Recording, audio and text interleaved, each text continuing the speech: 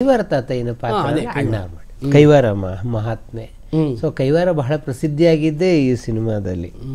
So ಇದು ಕೈವಾರದ ಕಾಲಜ್ಞಾನಿ ತಾತಯ್ಯನ ಪಾತ್ರವನ್ನ ಅಣ್ಣವ್ರು ಬಹಳ ಅಮೋಘವಾಗಿ ಮಾಡಿದ್ದಾರೆ, ಅದ್ಭುತವಾಗಿ ಮಾಡಿದ್ದಾರೆ. ಅದು ದಾನಪ್ಪ ಕಥೆಯನ್ನೆಲ್ಲ ಇಟ್ಕೊಂಡು ಮಾಡಿದ್ದಾರೆ. ಇದರಲ್ಲಿ ಟಿ.ವಿ. ಸಿಂಗ್ ಠಾಕೂರ್ ಇದರ ಡೈರೆಕ್ಟ್ರು. ಸೊ ಅದರ ಕಥೆ ಎಲ್ಲ ಗೊತ್ತಿದೆ. ಓಂ ನಮೋ ನಾರಾಯಣ ಇದು ಈ ಸಿನಿಮಾ ಮಾಡಿರ್ತಕ್ಕಂತಹದ್ದು. ಇದರಲ್ಲಿ ಮಲ್ಹಾರ ಒಂದು ಇಟ್ಕೊಂಡು ಹೋಗ್ತಾರೆ. ಆ ಮಲ್ಹಾರ ಅಂದರೆ ಈ ಒಂದು ಬ್ಯಾಗ್, ಅದು ಬ್ಯಾಗಿನ ಥರದ್ದು, ಅದು ಮಲ್ಹಾರವನ್ನು ಎತ್ತು ಹಿಡ್ಕೊಂಡು ಹೋಗ್ತಕ್ಕಂಥದ್ದು.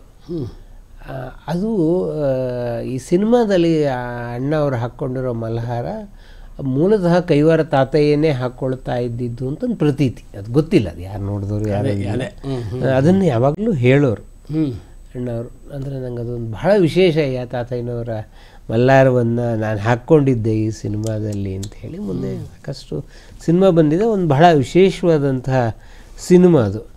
ಇದಕ್ಕೆ ಕಾಳಿಂಗರಾಯರು ಓಂ ನಮೋ ನಾರಾಯಣ ಹಾಡನ್ನು ಹೇಳಿದ್ದಾರೆ. ಭಕ್ತ ಕನಕದಾಸ ಮಾಡಿದ ಡಿ.ಆರ್. ನಾಯ್ಡು ಅವರೇ ಮಾಡಿದಂಥ ಇನ್ನೊಂದು ಸಿನಿಮಾ ಸ್ವರ್ಣಗೌರಿ. ಇದು ವೈ.ಆರ್. ಸ್ವಾಮಿ ಅವರ ನಿರ್ದೇಶನ.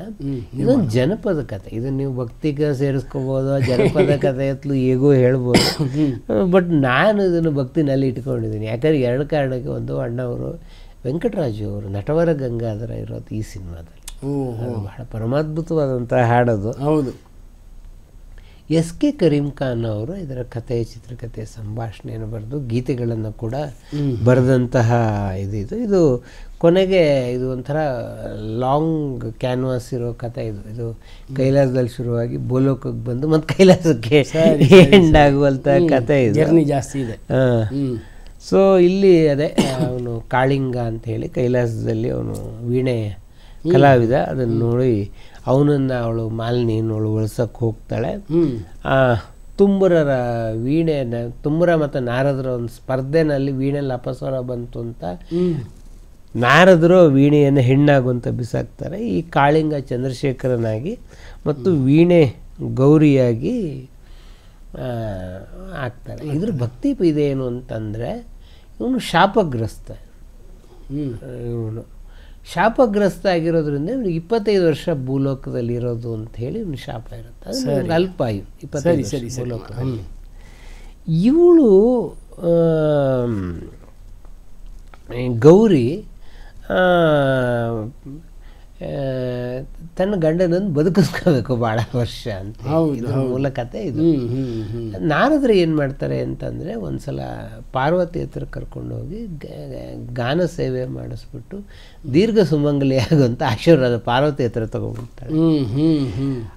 ಇದು ಪಾರ್ವತಿ ಮತ್ತು ಈಶ್ವರನ ನಡುವೆ ಸಂಘರ್ಷಕ್ಕೆ ಕಾರಣ ಆಗಿದೆ. ಯಾಕಂದರೆ ಪರಮೇಶ್ವರ ಅವನು ವಾಯಸ್ಸಿರೋದ 25, ಅವನು ವಾಪಸ್ ಬರ್ಬೇಕು, ಅವನು ಕೈಲಾಸದಲ್ಲಿದ್ದು, ನಾನು ವಾಪಸ್ ಬರೋದು. ಪಾರ್ವತಿ ಹೇಳ್ತಾಳೆ, ಇಲ್ಲ ನಾನು ದೀರ್ಘ ಸುಮಂಗಲಿ ಅಂತ ಹೇಳಿದ್ದೀನಿ, ಸಾಯ ಹಂಗಿಲ್ಲ ಅಂತ. ಇದು ಎರಡೂ ಆಗಬೇಕು. ಹೌದು. ಈಗ ಅವನು 25 ವರ್ಷಕ್ಕೆ ಕೈಲಾಸಕ್ಕೆ ವಾಪಸ್ಸು ಬರಬೇಕು, ಪಾರ್ವತಿ ದೀರ್ಘ ಸುಮಂಗಲಿ ಆಗೋದು ಈಡೇರಬೇಕು. ಹೌದು.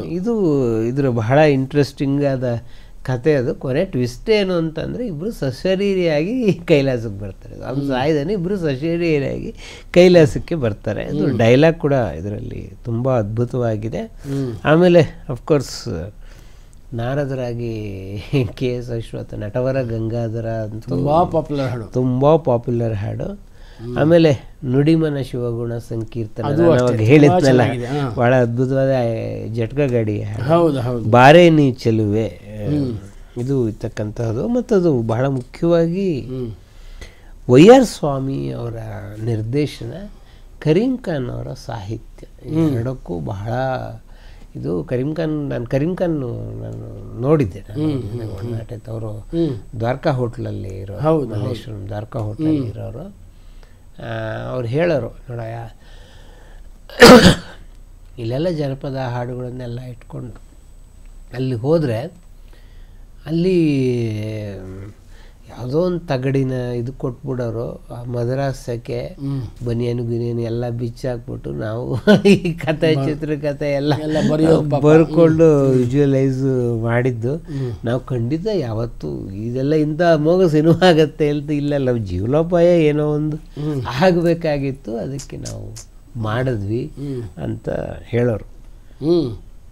ಕರೀಂ ಖಾನ್ ಅದೇ ದ್ವಾರಕಾ ಹೋಟ್ಲ್ ಮೇಲ್ಗಡೆ, ಹೌದು ಅಲ್ಲಿ ಬುಲ್ ಟೆಂಪಲ್ ರೋಡಲ್ಲಿ, ಬುಲ್ ಟೆಂಪಲ್ ರೋಡ್. ಆಮೇಲೆ ಅವರ ನೆನಪುಗಳು ಬಹಳ ಪರಮಾದ್ಭುತ. ಅವರ ಹಾಡುಗಳನ್ನು ಸಂಗ್ರಹ ಮಾಡಿದ್ದು, ಈ ಕತೆಗಳನ್ನೆಲ್ಲ ನಾವು ಏನೂ ಕಾರಣ ಇಲ್ಲ ಸುಮ್ಮನೆ ಕುತ್ಕೊಂಡು ಕೇಳ್ತಾ ಇದ್ವಿ ಅವ್ರ ಹತ್ರ ಹೋಗ್ಬಿಟ್ಟು, ಸರ್ ಕತೆ ಹೇಳಿ ಯಾರು ಇದು ನೀವು ಅಂಥದ್ದು ಕರಮೆ ಅಲ್ಲ, ಸ್ವರ್ಣಗೌರಿ ಹೆಂಗೆ ಮಾಡಿದ್ರಿ ನೀವು ಎಲ್ಲ ಕತೆ ಹೇಳಿ, ಜೀವನ ಥರ ಬೇವು ಬೆಲ್ಲ ಎಲ್ಲ ಅವ್ರದ್ದೇ ಸಿನಿಮಾ. ಹೌದು, ತುಂಬ ಅದ್ಭುತವಾಗಿ ಅನುಭವಗಳನ್ನು ಹಂಚ್ಕೊಳ್ಳೋರು ಪಾಪ. ಮತ್ತು ಬಹಳ ವರ್ಸಟೈಲ್ ಕಲಾವಿದ. ಆಮೇಲೆ ಇದರ ನಂತರ ಭಕ್ತಚೇತ ಅಂತ ಒಂದು ಸಿನಿಮಾ, ಇದು ರಾಜೇಂದ್ರ ಸಿಂಗ್ ಬಾಬು ಅವರ ತಂದೆ ಶಂಕರ್ ಸಿಂಗ್ ಅವರ ನಿರ್ಮಾಣ ಮತ್ತು ಅವರ ತಾಯಿ ಪ್ರತಿಮಾದೇವಿ ನಾಯಕಿಯಾಗಿ ಅಭಿನಯಿಸಿದಂಥ ಸಿನಿಮಾ, ಅವ್ರದ್ದೇ ಪ್ರೊಡಕ್ಷನ್ ಆಗಿರೋದ್ರಿಂದ ಇದರಲ್ಲಿ. ಆಮೇಲೆ ಈ ಸಿನಿಮಾದ ಸಂಭಾಷಣೆ ಬರೆದವರು ವಿಷ್ಣುವರ್ಧನ್ ಅವರ ತಂದೆ HL ಡೈರೆಕ್ಟ್ರು. ಹಾಗಾಗಿ ವಿಷ್ಣುವರ್ಧನ್ ನಂಗೆ ಅದನ್ನೊಂದ್ಸಲ ಹೇಳಿದ್ದಾನೆ, ನಿಮ್ಮ ಇದರಲ್ಲೂ ಹೇಳಿದ್ದೀನಿ.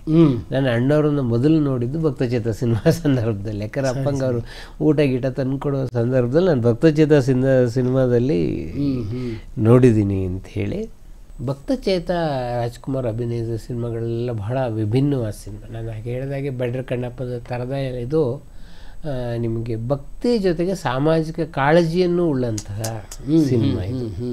ಬಹಳ ಮುಖ್ಯವಾಗಿ ಬರಗೂರು ರಾಮಚಂದ್ರಪ್ಪನವ್ರು ಒಂದು ಕಡೆ ಎಲ್ಲರೂ ಮಾತಾಡುವಾಗ ಹೇಳ್ತಾ ಇರ್ತಾರೆ, ರಾಜ್ಕುಮಾರ್ ಎಲ್ಲಿಂದ ಎಲ್ಲಿವರೆಗೆ ಮಾಡೋದು, ಚಕ್ರವರ್ತಿಯಿಂದ ಚಮ್ಮಾರ್ನವರೆಗೆ ಎಲ್ಲ ಪಾತ್ರಗಳನ್ನು ಮಾಡಿದ್ರು ಅಂತ. ಹೌದು, ಚಮ್ಮಾರನ ಪಾತ್ರ ಮಾಡಿ ಸಿನಿಮಾ ಭಕ್ತಚೇತ. ಪರಮ ಭಕ್ತ ಚಮ್ಮಾರ. ಅವನ ಹೆಂಡತಿ ಪ್ರತಿಮಾದೇವಿ ಜಗಳ ಗಂಟ್ಲು, ಜಗಳ ಇದು ಹಿಂಗೆ ಸಿನಿಮಾ ಓಪನ್ ಆಗುತ್ತೆ. ಒಂದ್ಸಲ ಬಹಳ ಜಗಳ, ಇವನು ಮನೆಗೇನು ಮಾಡ್ತಾ ಇಲ್ಲ, ಬರೇ ನಾರಾಯಣ ಅನ್ಕೊಂಡಿದ್ದಾನೆ ಅಂತ ಹೇಳ್ಬಿಟ್ಟು ಇವಳು ಆ ನಾರಾಯಣನ ವಿಗ್ರಹನ ತಗೊಂಡೋಗಿ ಬಾವಿಲಿ ಹಾಕ್ಬಿಡ್ತಾಳೆ. ಆಮೇಲೆ ವಿಗ್ರಹ ಅವನಿಗೆ ಸಿಕ್ಕತ್ತೆ. ಅವನ ಇದನ್ನು ಹೆಂಡತಿಗೂ ಅರ್ಥ ಆಗುತ್ತೆ. ಆದರೆ ಅವನ ದೈವಭಕ್ತಿ ಊರಲ್ಲೆಲ್ಲ ಪ್ರಶಂಸೋರಿಗೆ, ಆ ಊರದಲ್ಲಿ ಮೇಲ್ವರ್ಗದವ್ರಿಗೆ ಅದು ಇಷ್ಟ ಆಗಲ್ಲ, ಇವನು ಫೇಮಸ್ ಆಗ್ತಾ ಇದ್ದಾನೆ ಅಂತ ಹೇಳಿ. ಅವನು ಈ ಭಕ್ತಚೇತನ ಮಗ ರಾಮ ಕೇಳ್ತಾನೆ, ಬಹಳ ಮುಗ್ಧತೆಯಿಂದ ಕೇಳ್ತಾನೆ, ನಾವು ಕೊಟ್ಟರೆ ಪ್ರಸಾದ ತಿಂತಾನ ದೇವರು ಅಂತ. ದೇವರು ಯಾವ ಪ್ರಸಾದ ಕೂಡ ತಿಂತಾನೆ ಅಂತ. ಒಂದು ನಿಮ್ಗೆ ಐತಿಹಾಸಿಕವಾಗಿ ಬಹಳ ಮುಖ್ಯವಾದ ಸಂಗತಿ ಹೇಳಬೇಕು. ನಾನು ಯಾರು ಈ ರಾಮನ ಕತೆ ಹೇಳ್ತಾ ಇದ್ದೀನಿ, ಈ ರಾಮನ ಪಾತ್ರವನ್ನು ಮಾಡಿದವರು ಇವತ್ತಿನ ಖ್ಯಾತ ನಿರ್ದೇಶಕ SV ರಾಜನ್ ಸಿಂಗ್ ಬಾಬು ಅವರು. ಇವರು ಅಣ್ಣವ್ರ ಮಗನ ಪಾತ್ರ ಮಾಡಿದ್ದಾರೆ, ಪಾತ್ರ ಮಾಡಿದ್ದಾರೆ. ಅದೆಲ್ಲ ಗೊತ್ತಿಲ್ಲ ನೋಡಿ.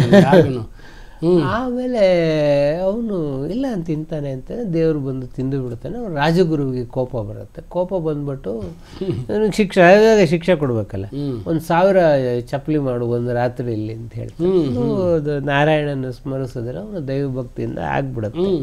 ಆ ಚಪ್ಪಲಿನ ಅವನು ತಂದು ಆಸ್ಥಾನಕ್ಕೆ ತಗೊಂಡು ಬಂದ್ರೆ ಅದು ಯಾರ್ಯಾರು ಇವನ ಬಗ್ಗೆ ಅನುಮಾನ ಪಟ್ಟಿರ್ತಾರೋ ಅವನಿಗೆ ಚಪ್ಪಲಿಗಳು ಕಾಣೋವೆಲ್ಲ ಹಾವುಗಳಾಗಿ ಕಾಣ್ತಾ ಇರ್ತವೆ, ಹಾವುಗಳಾಗಿ ಕಾಣ್ತಾ ಇರ್ತವೆ. ಹಾಗಾಗಿ ಇದು ಇವನು ಏನೋ ಅವನು ಮಾಂತ್ರಿಕ ಇವನು ಅಂತ ರಾಜ ಶಿಕ್ಷೆ ವಿಧಿಸ್ಬಿಡ್ತಾನೆ. ಇದ್ರಲ್ಲಿ ಒಂದು ಪ್ರತಿಭಾದೇವಿ ಯಾವಾಗಲೂ ನೆನಪು ಮಾಡ್ಕೊಳ್ಳೋರು. ಸೊ ಗಂಡನನ್ನು ಅವ್ನು ಕಣ್ಣು ಕೀಳಬೇಕು ಅಂತ ಹೇಳಿದ್ದಾರೆ, ಆ ಥರದ್ದು ಶಿಕ್ಷೆ ವಿಧಿಸಿದ್ದಾರೆ.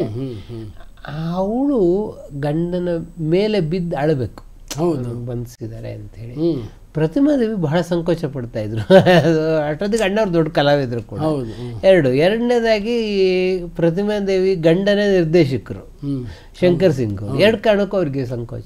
ಅಣ್ಣವ್ರು ಒಂದೇ ಮಾತು ಹೇಳಿದ್ರಂತೆ, ಅಮ್ಮ ನಾನು ರಾಜ್ಕುಮಾರ್ ಅಲ್ಲ, ನೀವು ಪ್ರತಿಮಾದೇವಿನೂ ಅಲ್ಲ, ಈ ಪಾತ್ರಕ್ಕೆ ಅದು ಬೇಕು. ಅದು ಯಾವ ಹೆಂಡತಿ ಮೊದಲು ಘಟವಾಳಿಯಾಗಿ ವಿರೋಧಿಸ್ತಿದ್ಲು, ಅವಳು ಇವತ್ತು ಗಂಡ ಸಾಯ್ತಾಳೆ, ಮರಣದಂಡನೆ ವಿಧಿಸ್ತಾಳೆ ಅಂದಾಗ ಅವನ ಮೇಲೆ ಬಿದ್ದು ಅಳೋದಿದ್ದು. ಹೌದು, ಇದು ಬಹಳ ಮುಖ್ಯವಾದ ಸೀನ್. ಇದು ನೀವು ಇದನ್ನ ಮಾಡಬೇಕು ಅಂತ ಪ್ರತಿಮಾದೇವಿ ಹೇಳೋರು. ಅಂಥ ಮಾತುಗಳಿಂದ ನಾವು ಅಂಥ ಆ್ಯಕ್ಟಿಂಗ್ಗಳೆಲ್ಲ ಮಾಡೋದಕ್ಕೆ ಸಾಧ್ಯ ಆಯಿತು ಅಂತೇಳಿ. ಸೊ ಬಾಲಕೃಷ್ಣ ಇದರಲ್ಲಿ CV ಶಿವಶಂಕರ್ ಕೂಡ ಆ್ಯಕ್ಟ್ ಮಾಡಿದ್ದಾರೆ ಈ ಸಿನಿಮಾದಲ್ಲಿ. ಶರಣು ನರಸಿಂಗನಿಗೆ ಕಾಯುವ ನಂಬೂನಿ ಕೆಡಬೇಡ, ಮಾಧವ ಭಜನಾಮೃತಪಾನ, ಈ ಥರದ್ದು ಅನೇಕ ಒಳ್ಳೆಯ ಹಾಡುಗಳಿದೆ. ಮತ್ತು ಅದೊಂಥರ ಭಕ್ತಿಯ ಜೊತೆಗೆ ಸಾಮಾಜಿಕ ಕಾಳಜಿಯನ್ನು ಕೂಡ ಹೇಳುವ ಸಿನಿಮಾ ಆದದ್ರಿಂದ ಬಹಳ ವಿಭಿನ್ನವಾದದ್ದು. ಯಾಕಂದರೆ ಮತ್ತಿದು ನನಗೆ ಈ ಸಿನಿಮಾ 2 ಕಾರಣಕ್ಕೆ ಇಷ್ಟ. ಯಾಕೆಂದು ಈ ಕತೆ ಎಲ್ಲೂ ಅವೈಲಬಲ್ ಇಲ್ಲ. ಈ ಭಕ್ತಚೇತನ ಕತೆ ಪುಸ್ತಕ ಆ ಥರದ್ದು ಯಾವುದೂ ಇಲ್ಲವೇ ಇಲ್ಲ. ಇದೊಂದು ಆ ಕಾಲಕ್ಕೆ ಬಹಳ ಪ್ರಸ್ತುತವಾದಂತಹ ಸೃಷ್ಟಿ. ಅದು ಒಂದು ಸ್ವಲ್ಪ ಈ ನಮ್ಮ ಬಸವಣ್ಣವರ ಕಾಲದಲ್ಲಿ ಅವನು ಚಪ್ಪಲಿ ಮಾಡಿದ ಒಂದು ಇದೆಯಲ್ಲ, ಅದರ ದಿನ ಸ್ವಲ್ಪ ಇದು ಇನ್ಫ್ಲೂಯೆನ್ಸ್ ಆಗಿ ಮಾಡಿರಬಹುದಾದ್ದು. ಅದು ನನಗೆ ಗೊತ್ತಿಲ್ಲ. Improvised version. ಮುಂದಿನ ಚಿತ್ರ ಅವ್ರದ್ದು ಸಂತ ತುಕಾರಾಮ. ಈ ಸಂತ ತುಕಾರಾಮನ ಬಗ್ಗೆ ಬಹಳ ರಾಜ್ಕುಮಾರ್ ಅಭಿನಯಿಸಿದ ಬಹಳ ಅದ್ಭುತವಾದ ಪಾತ್ರಗಳಲ್ಲಿ ಸಂತ ತುಕಾರಾಮ್. ಯಾಕೆಂದ್ರೆ ಸಂತ ತುಕಾರಾಮ್ ಮರಾಠಿ ಸಂತ, ಮರಾಠಿಯಲ್ಲಿ ಪ್ರಸಿದ್ಧವಾದವನು. ಕರ್ನಾಟಕದಲ್ಲಿ ತುಕಾರಾಮ್ ಬಗ್ಗೆ ಏನು ಅಂತಹ ಇದಿರಲಿಲ್ಲ. ಹೌದು, ಇದು 2 ಬಹಳ ದೊಡ್ಡ ಇಂಪ್ಯಾಕ್ಟನ್ನು ಮಾಡ್ತು ಸಂತ ತುಕಾರಾಮ್. ಒಂದು, ನಮ್ಮಲ್ಲಿ ಭಕ್ತಿ ಸಿನಿಮಾ ಬಂದ ಕೂಡ ಟಿ ಜಿ ಲಿಂಗಪ್ಪ ಸಂಗೀತ ನಿರ್ದೇಶಕ ಅಥವಾ GK ವೆಂಕಟೇಶ್. ಹೌದು, ವಿಜಯ ಭಾಸ್ಕರ್ ಭಕ್ತಿಗೀತೆಗಳನ್ನು ಅದ್ಭುತವಾಗಿ ಮಾಡಬಲ್ಲರು ಅಂತ ತೋರಿಸ್ಕೊಟ್ಟ ಸಿನಿಮಾ ಸಂತ ತುಕಾರಾಮ್. ಅಲ್ಲಿವರೆಗೂ ಅವ್ರಿಗೆ ಸಾಮಾಜಿಕ ಈ ಥರ ಸಿನಿಮಾಗಳೇ ವಿಜಯ ಭಾಸ್ಕರ್ ಸಿಗ್ತಾ ಇದ್ದು. ಈ ಸಿನಿಮಾ ನಂತರ ಅವ್ರು ಮಲೆ ಮಾರುತ ಎಲ್ಲ ಮಾಡಿದ್ರು. ಅವ್ರಿಗೆ ದೊಡ್ಡ ಇದು ಸಿಕ್ತದು. ಈ ಸಿನಿಮಾದ ಜಯತು ಜಯವಿಠಲ ಅಂತೂ ಅದು ಎವರ್ ಗ್ರೀನ್. ಹೌದು, ಅವರು ಮಾತಾಡಂಗಿಲ್ಲ. ಮೋಹನ ರಾಗದಲ್ಲಿ ಸೃಷ್ಟಿ ಮಾಡಿದ ಅದ್ಭುತ ಅದು ಜಯತು ಜಯವಿಠಲ.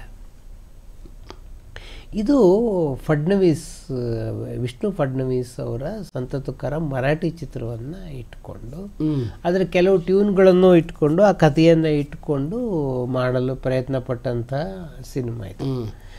ಇದಕ್ಕೆ ಬಿ ರಾಧಾಕೃಷ್ಣ ಅನ್ನೋರು ನಿರ್ಮಾಪಕರು. ಈ ಬಿ ರಾಧಾಕೃಷ್ಣ ಅವರು ರಾಜ್ಕುಮಾರಿಗೆ ಬಹಳ ಆತ್ಮೀಯರು. ಈ ಬಿ ರಾಧಾಕೃಷ್ಣ ಅವರೇ ಶಂಕರ್ ಗುರು ಮಾಡೋದಕ್ಕೆ ಹೊರಟಿತ್ತು. ಓಕೆ, ಶಂಕರ್ ಗುರು ಅರ್ಧ ಆದಾಗ ಅವರು ನಿಧನರಾಗಿರೋದ್ರಿಂದ ಅಣ್ಣವ್ರು ಕಂಪ್ಲೀಟ್ ಮಾಡಿದ್ರು. ಅಷ್ಟೊತ್ತಿಗಾಗಲೇ ಅದು ತ್ರಿಪಾತ್ರ ಎಲ್ಲ ಪ್ರಚಾರ ಆಗಿಬಿಟ್ಟಿತ್ತು. ಹಾಗಾಗಿ ಅದು ನಿಂತು ಹೋಗುವುದು ಸರಿ ಅಲ್ಲ ಅನ್ನೋ ಕಾರಣಕ್ಕೆ ಅದನ್ನು ಅಣ್ಣವರೇ ಪ್ರೊಡಕ್ಷನ್ ಮಾಡಿ ಕಂಟಿನ್ಯೂ ಮಾಡಿದ್ರು. ಸರಿ. ಸೊ ಬಿ ರಾಧಾಕೃಷ್ಣ ಇಂತಹದ್ದು ಬಹಳ ಅದ್ಭುತವಾದನ್ನು ಮಾಡಿದಂಥವ್ರು. ಮತ್ತು ಬಿ ರಾಧಾಕೃಷ್ಣ ಬಹಳ ದೊಡ್ಡ ಸಾಹಸಿ ಅಂತಲೂ ಪ್ರಸಿದ್ಧರು. ಯಾಕಂದ್ರೆ ನೀಲ್ ಆರ್ಮ್ಸ್ಟ್ರಾಂಗ್ ಗಗನಯಾತ್ರೆ ಹೋದಾಗ PB ಶ್ರೀನಿವಾಸ್ ಒಂದು ಹಾಡು ಬರೆದು ಕಂಪೋಸ್ ಮಾಡಿ ಅದನ್ನು ಯಾರು ಬಳಸ್ಕೊಳ್ತಾರೆ? PB ಶ್ರೀನಿವಾಸಗಾಗಿ ಒಂದು ಗ್ರಾಮೋಫೋನ್ ಪ್ಲೇಟನ್ನು ಮಾಡಿ ಆ ಹಾಡನ್ನು ಹಾಡಿಸಿ ಬಿಡುಗಡೆ ಮಾಡಿದ್ರು ಬಿ ರಾಧಾಕೃಷ್ಣ. ಸೊ ಅಂಥ ದೊಡ್ಡ ಸಾಹಸಿ. ಇದಕ್ಕೆ ನಿರ್ದೇಶಕರು ಸುಂದರ್ರಾವ್ ನಾಡ್ಕರ್ಣಿ. ಸುಂದರ್ರಾವ್ ನಾಡ್ಕರ್ಣಿ ನಿರ್ದೇಶನ ಮಾಡಿದಂಥ ಏಕೈಕ ಸಿನಿಮಾ ಕನ್ನಡ ಸಿನಿಮಾ ಇದು. ಅವ್ರು ಯಾಕಂದರೆ ಹೆಚ್ಚು ಮರಾಠಿ ಮತ್ತು ತೆಲುಗು ಸಿನಿಮಾದಲ್ಲಿ ಮಾಡಿದ್ರು. ಸುಂದರ್ರಾವ್ ನಾಡ್ಕರ್ಣಿ ಮೂಲತಃ ಸಾಗರದವರು. ಸಾಗರ, ನಮ್ಮ ಕರ್ನಾಟಕದ ಸಾಗರದವರು. ಆದರೆ ಅಲ್ಲಿಂದ ಅವ್ರು ಮುಂಬೈಗೆ ಹೊರಟೋಗಿ ಅಲ್ಲಿಯ ಸಿನಿಮಾಗಳನ್ನೇ ಬಹಳ ಮಾಡ್ತಾ ರಾಧಾಕೃಷ್ಣ ಅವರು ಯಾಕೆ ಇವರನ್ನು ಆರಿಸಿದ್ರು ಅಂತಂದರೆ ಇವ್ರು ಮರಾಠಿ ಹಿನ್ನೆಲೆ ಇದ್ದಂಥವ್ರು, ಅಲ್ಲಿಯ ಇದನ್ನ ಇದ್ದಂಥವ್ರು ಅಂತೇಳಿ. ಸರಿ ಸರಿ ಸರಿ. ಸಂತ ತುಕಾರಾಮ ವಿಷಯದಲ್ಲಿ ಬಹಳ 2 ಮುಖ್ಯವಾದ ಬಹಳ ರಾಜ್ಕುಮಾರ್ಗೆ ಸಂಬಂಧಪಟ್ಟ ಘಟನೆ. ಒಂದು, ಅವನ ಗುರುಗಳು ಸಂತ ತುಕಾರಾಮನ ಆಜ್ಞೆಯಲ್ಲಿ ಅಭಂಗಗಳನ್ನು ನದಿಯಲ್ಲಿ ತೇಲಿ ಬಿಡಬೇಕು ಓಕೆ ಅಂತ ಹೇಳಿ ಅವರು ನಾಸಿಕ್ನಲ್ಲಿ ಸಿನಿಮಾದ ಶೂಟಿಂಗ್. ಸೊ ರಾಜ್ಕುಮಾರ್ ಕೊರೆಯುವ ನೀರು, ಬೆಳಗಿನ ಜಾವ 6 ಗಂಟೆಗೆ ಶೂಟಿಂಗು. ಸರಿ. ಇವರು ಅಭಂಗಗಳನ್ನು ಕೈಯಲ್ಲಿ ಹಿಡ್ಕೊಂಡು ನಿಂತಿದ್ದಾರೆ. ಕ್ಯಾಮ್ರಾ, ಇವರು ಡೈರೆಕ್ಟರ್ ಸ್ಟಾರ್ಟ್ ಅಂತೇಳಿ.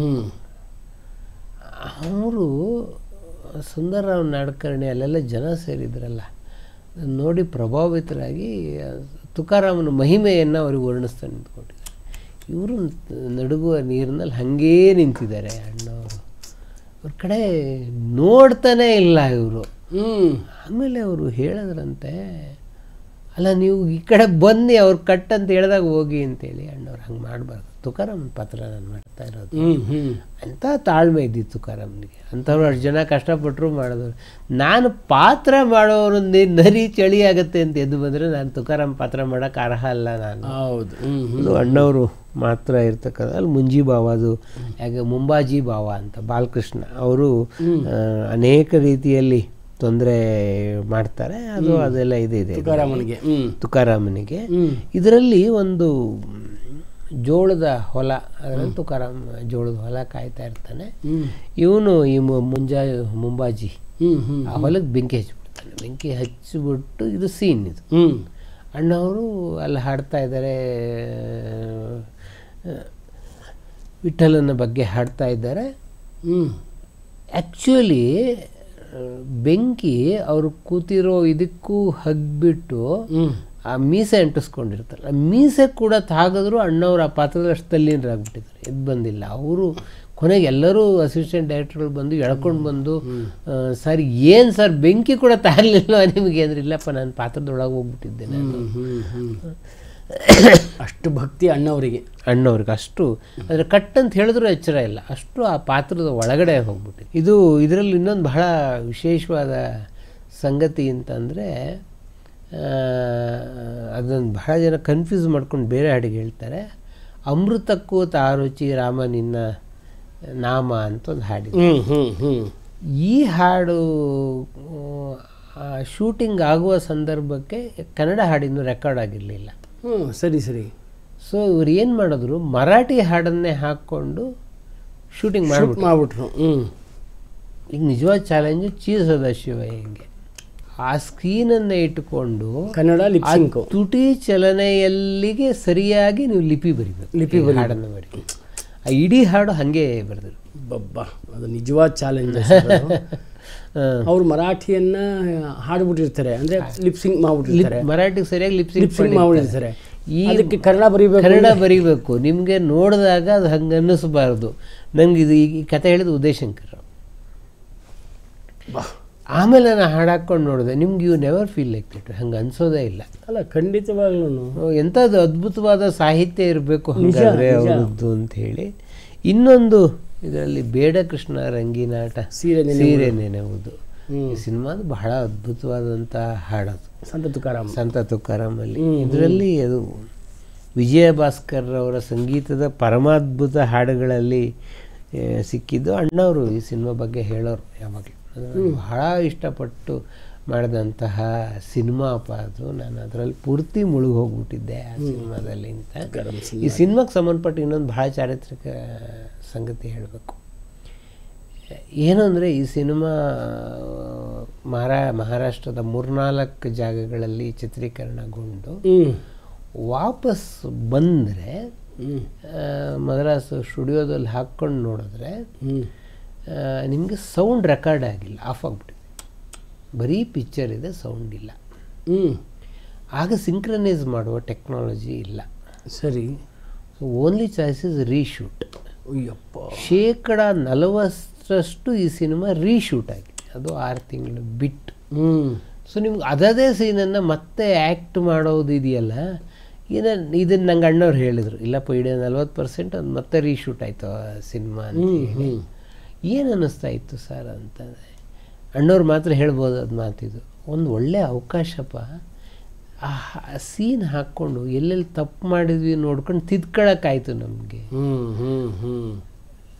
ಎಕ್ಸ್ಟ್ರಾ ದುಡ್ಡಂತೂ ಕೊಡಲ್ಲ, 40% ಕಾಲ್ ಶೀಟಿಗೆ. ಹೌದು. ಅದರಲ್ಲಿ ಇನ್ನೊಂದು ಸಿನಿಮಾ ಮಾಡಿದ್ರೆ ನಂಗೆ ಬೇರೆ ದುಡ್ಡಾರು ಬಂದಿರೋದು, ಯಾರು ಬೇರೆ ಕಲಾವಿದರಾದ್ರು ಹಿಂಗೆ ಯೋಚನೆ ಮಾಡ್ತಾರೆ.